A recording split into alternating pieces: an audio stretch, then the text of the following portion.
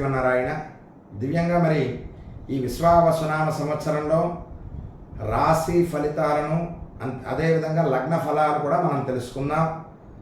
మరి ఈ సంవత్సరం రాశి ఫలాలను విశేషంగా ముందుగా మేషరాశి అంటే అశ్విని నక్షత్రం 4 పాదాలు, భరణి నక్షత్రం 4 పాదాలు, కృత్తికా నక్షత్రంలో మొదటి పాదం వస్తుంది మేషరాశిలో. ఆదాయం 2, వ్యయం 14. మేషరాశికి ఆదాయం 2, వ్యయం 14, రాజపూజ్యం 5, అవమానం 7. దివ్యంగా ఈ రాశి వారికి స్త్రీ పురుషాదులందరికీ కూడా అన్ని విధాలుగా అనుకూలంగా ఉంటుంది. భాగ్య వ్యయాధిపతైనటువంటి గురుడు 2, 3 స్థానాలలో సంచారం. ఏ వృత్తిలో ఉన్నా కూడా వారికైనా ఎట్టి లోటుపాట్లు కలగవు. వీరికి అన్ని విధాలుగా కూడా తగినంత ఆదాయం చేతికి అందుతుంది. వ్యవహారాలు చేయు వారికి జయం చేకూరుతుంది. అలాగే చేయు కార్యాలన్నీ కూడా చక్కగా దిగ్విజయంగా పూర్తవుతాయి. ఇతరులను తమ వశం చేసుకుంటారు. మీ శక్తి సామర్థ్యములను ఇతరులు గుర్తించడితే గౌరవ లాభాలన్నీ కూడా చేకూరుతాయి. జీవన లాభాలు కలుగుతుంది. ఎంత ధైర్యం ఉన్ననో లోపల మాత్రం కొద్దిగా అధైర్యం ఉంటుంది మేషరాశి వారికి. అదే కాదు, పిరికితనం కలుగుతుంది. ముందుగా కొంత అసంతృప్తిగా ఉన్నా కూడా ప్రారంభంలో తదుపరి కొంత మేలు జరుగుతుంది. సంఘంలో గౌరవాదులు, పెద్దవారితో పరిచయాలు, గృహంలో శుభకార్యాలు, అంతేకాకుండా రాహు కూడా మంచి స్థితిలో ఉన్నందువలన గత సంవత్సరం కంటే మెరుగైన ఫలాలు పొందగలరు. ఆరోగ్యం బాగుంటుంది. జీవిత భాగస్వామితో ఆనందం లభిస్తుంది. గతంలో నిలిచిపోయినటువంటి శుభకార్యాలు ఏమైనా ఉంటే తప్పక ఈ సంవత్సరం మేషరాశి వారికి కలుగుతాయి.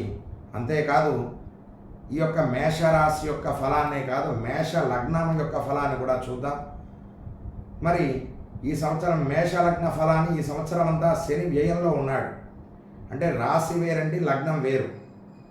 రాశులు అనేటువంటిది మన యొక్క జన్మ నక్షత్రాన్ని బట్టి ఉంటాయి. లగ్నం అనేటువంటిది రాశి చక్రంలో ఉంటుంది. ఆ లగ్నం ఆధారంగానే మన జీవితం కొంత నడుస్తుంది జాతక భాగంలో. మరి మేష రాశి యొక్క ఫలాన్ని మంచిగా మనం చూసాం. మరి మేష లగ్న ఫలాన్ని కూడా ఈ సంవత్సరం అంతా కూడా శని వ్యయంలో ఉన్నాడు మేష లగ్నానికి.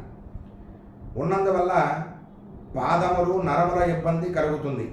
ధనాదాయం విషయంలో మందముగా నడుస్తుంది. వాగ్ధోరణి అంతగా గొప్పగా ఉండదు. మే 14 తర్వాత శత్రు, రోగ, రుణ బాధలు అనేటువంటివి అధికంగా ఉంటాయి. బంగారము జాగ్రత్త వహించాలి. గురుడు శుభుడుగా ద్వితీయంలో ఉన్నందువల్ల మే 14 వరకు ధనాదాయానికి లోటు ఉండదు.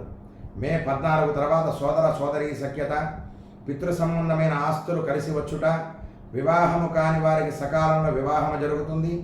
సువర్ణాభరణ ప్రాప్తి, తీర్థయాత్రా ఫలం లభిస్తుంది. దుర్లాభాలు మంచిగా ఉండను.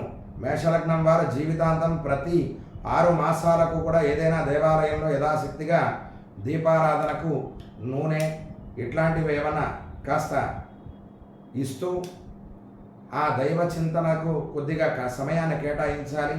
అంతేకాదు శనివార నియమాన్ని పాటించాలి. తద్వారా మంచి ఫలితాలను పొందుతారు.